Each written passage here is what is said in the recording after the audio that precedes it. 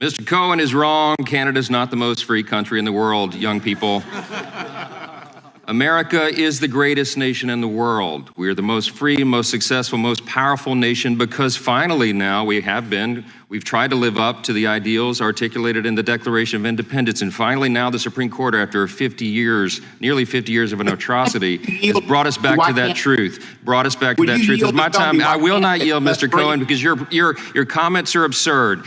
This hearing is absurd. Your comments are absurd. This hearing, absurd. It's Mr. Johnson's time, Mr. Cohen. Thank you. This hearing is absurd. The Democrat majority has called us here for this hearing entitled "The Threat to Individual Freedoms in a Post-Roe World." Come on. America should continue to uphold the sanctity of human life, and state and local and federal government officials have a duty, a constitutional responsibility to protect that fundamental right, completely unhinged. And they are seeking to trample on the individual freedoms of all those who disagree with them. Over the weekend, the left-wing activist group Shut Down DC offered $200 bounties for public sightings of Supreme Court justices they disagree with. It's obvious the point of their tweet and all the attention they were trying to gather there is to get people to harass conservative justices when they're out in public. They don't have any individual freedoms. Hey, man, they're fair game. Then Senator Elizabeth Warren, I mean, she is completely unhinged now. I'm going to bring this home. I think I'm the last one on the Republican side. Oh, and we have Mr. Raskin. Boy, I don't want to upstage him.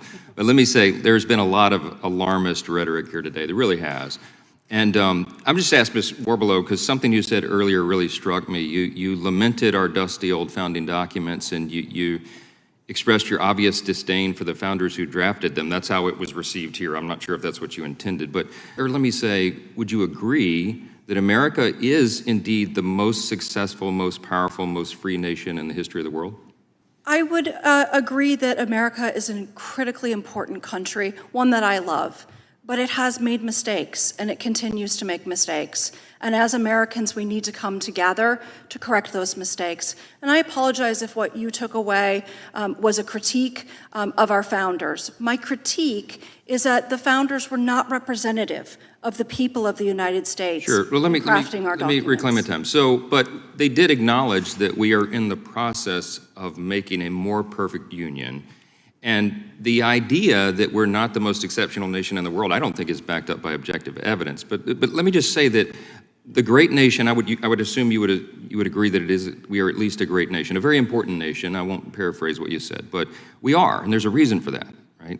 And it's not by happenstance. It's because we were founded, as my dear friend and colleague Burgess Owens just noted, on the bold declaration that all men are created equal and in the image of our Creator. And because of that, we believe that every single human life has inestimable dignity and value. And by the way, your value is not related in any way to the color of your skin or what neighborhood you grew up in or where you went to school. Your value is inherent because, as the founders noted, is given to you by God. And we believe every person should then be measured by the content of our character, as Dr. Martin Luther King Jr. said. And we also believe, and I think America was founded upon this premise, that a just government protects innocent life.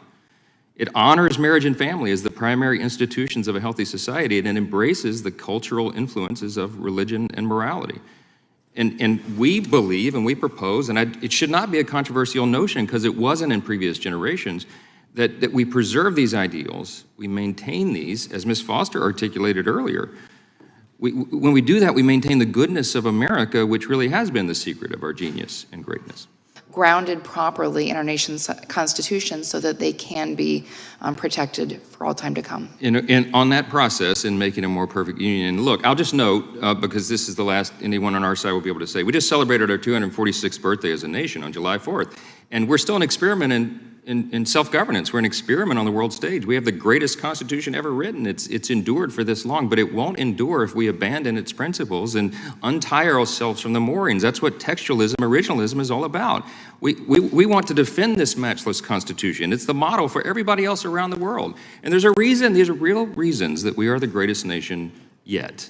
And by God's grace will continue to be. There's been a lot said here today at the end. I hope that's what comes through, that we want to defend those fundamental freedoms. And again, as it said in the very birth certificate of the nation 246 years ago in a few days, that begins with the recognition you have an unalienable right to be born. I've got 2 minutes and 20 seconds left. I'd yield to Ms. Foster. Is there anything you want to add as we wrap this up today? I would. Justice Thomas, he's a philosopher. He's a textualist. We know that. And so he is not seeking to strip away rights. He is simply seeking to more firmly ground them in our nation's Constitution. And by doing that, they will be more secure, really, even than before.